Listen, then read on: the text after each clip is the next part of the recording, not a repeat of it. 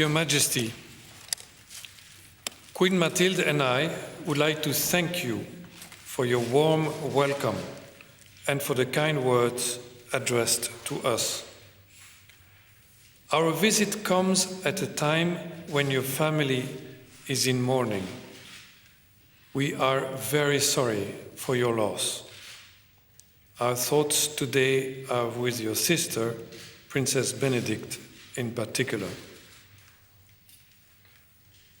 Your Majesty, this state visit is an opportunity to discover even more of your beautiful country. 40 years ago, 4 years after your proclamation as Queen, you were received for your first state visit to Belgium by my uncle, King Baudouin. Today, 4 years after my own accession, you welcome us in Denmark.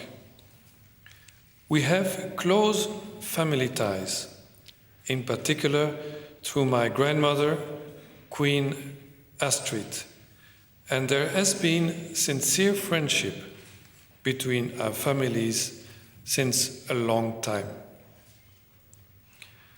We have known you as a queen with vast experience, close to your fellow citizens, and who is highly respected. In addition to your renowned artistic talent, your rich personality reflects both a deep respect for the traditions of your country and an outlook towards the future. Your Majesty, Royal Highnesses, ladies and gentlemen, Denmark successfully combines tradition and modernity. The distinction and splendor with which you have received us also illustrates this sense of tradition. But at the same time, your country has emerged as a pioneer in the area of technical progress and a forerunner in defending major global causes. You have long exceeded the familiar threshold of 0.7% of GDP in allocating resources to development aid. You actively contribute towards peacekeeping. With your high level of renewable energy, you are at the forefront of the fight against global warming. Your capital city, which was a European Green Capital in 2014, is a model of urban organization. This dynamism has long been your hallmark.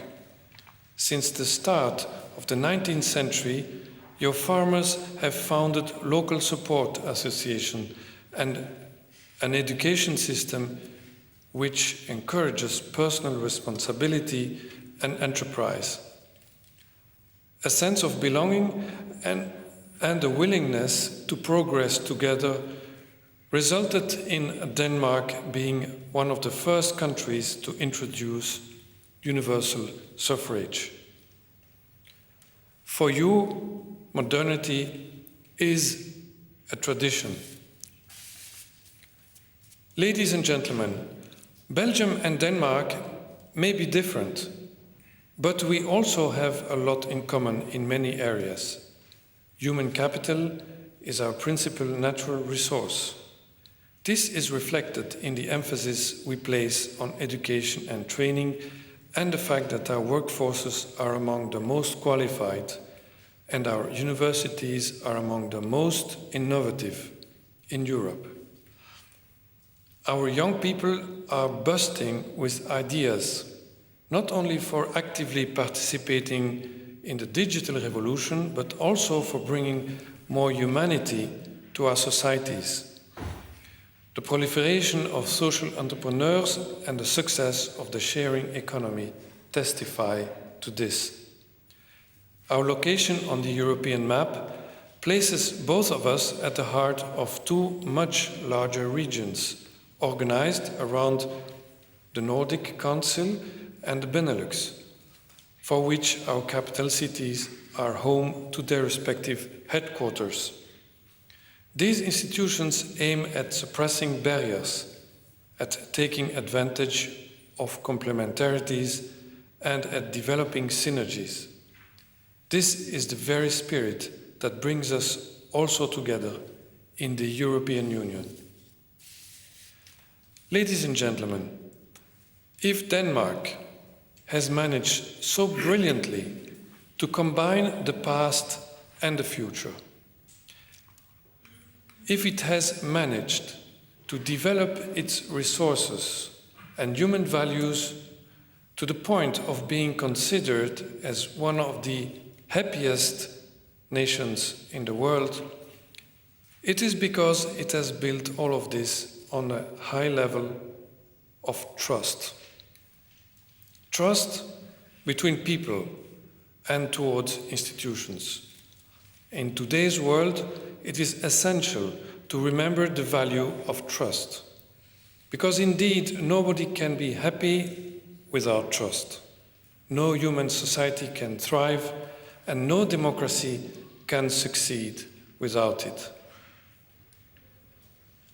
Your Majesty, Royal Highnesses, ladies and gentlemen, we are very grateful for the magnificent program which has been organized for us. We are also very pleased to be accompanied by the Crown Prince and Crown Princess Mary, to whom I offer my sincere thanks. We are delighted to see the synergies which already exist between our companies and our universities, and look forward to seeing those which will be created during the many exchanges of experiences which will take place during our visit. Ladies and gentlemen, I invite you to raise your glass to the health of Queen Margrethe and Prince Hendrik.